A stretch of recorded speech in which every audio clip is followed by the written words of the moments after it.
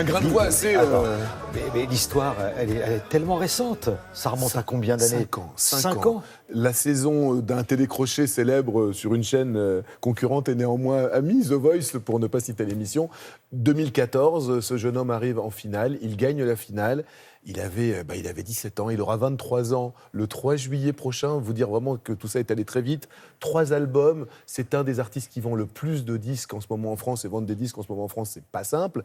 Et puis vraiment, sur scène, c'est absolument prodigieux. C'est-à-dire que ce garçon qui jusqu'alors n'avait posté qu'une petite... tout est parti de Maître Gims. Il vouait une admiration sans borne à Maître Gims. Il poste sur Internet une petite vidéo où il chante Bella, voilà, exactement. Et là, les gens se précipitent pour regarder ça. Des gens de télévision le contactent. Au départ, lui ne voulait pas du tout aller faire The Voice.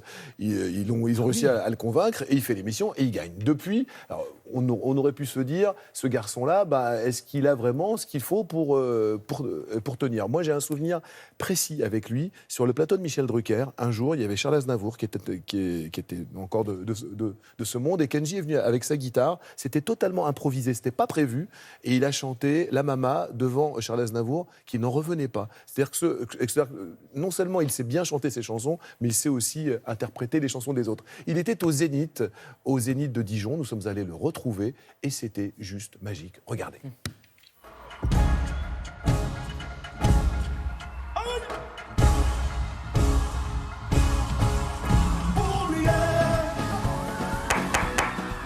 C'est un vrai clap, ça, hein.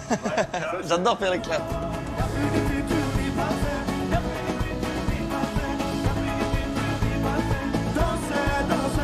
Kenji, on a l'impression qu'aujourd'hui, la scène, c'est votre deuxième maison.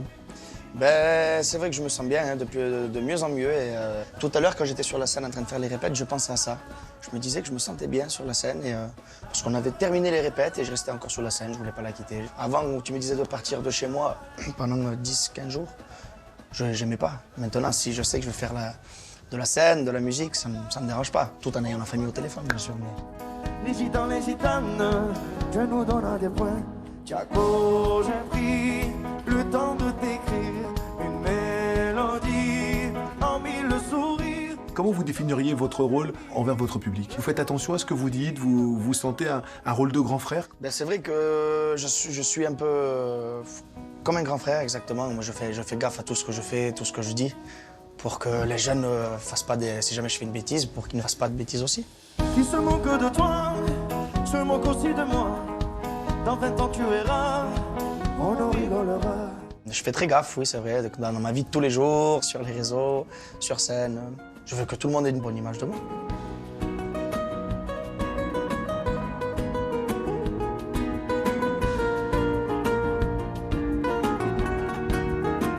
Parmi tous ces gens que vous connaissiez par écran interposé, lorsque vous étiez gamin, quel est le plus beau compliment qu'un de ces artistes-là vous ait fait ? Je me souviens d'un conseil de Johnny qui m'avait dit « J'aime bien ce que tu fais ». Venant de lui, c'était incroyable. Et il m'a donné d'autres conseils. Il m'a dit « Écoute, si tu veux réussir, c'est pas compliqué. Reste comme tu es, ne change pas. Profite de ce que tu as. Mais surtout, ne prends pas la grosse tête. Reste tranquille, ne change pas. T'es un bon garçon. » Et après, il m'a mis la main sur l'épaule. J'étais trop content.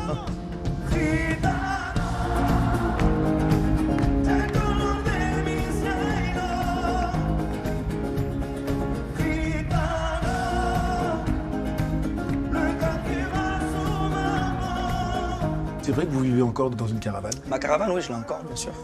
Il y a la maison et dans le terrain, il y a la caravane. Oui. Je ne peux pas me séparer, c'est compliqué. Hein. Les jours de pluie, je me mets dans ma caravane et quand j'entends la pluie taper dans la caravane, toujours, c'est la détente absolue. Voilà. Mais que Dieu me pardonne, j'ai le cœur sur la main. Si parfois j'abandonne, c'est pour faire mieux demain. On y va.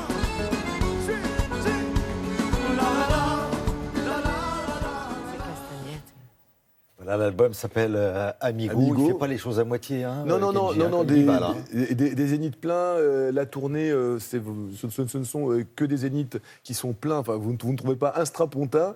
Et puis, il donne du bonheur aux gens. Je veux dire, il ne cherche pas à se montrer tel qu'il n'est pas. Il assume totalement d'où il vient. Il assume, vous voyez, la caravane fait encore toujours partie de sa vie. Et c'est bien qu'il le dise. Vous savez, avec le succès, vous voyez des chanteurs parfois un petit peu se transformer, s'inventer un passé, s'inventer un présent, s'inventer même un futur. Lui, il est bien ancré dans sa réalité à lui. Il travaille en famille, il est toujours là, il continue à faire ce qu'il a toujours fait avec bonheur et pour le plus grand bonheur du public.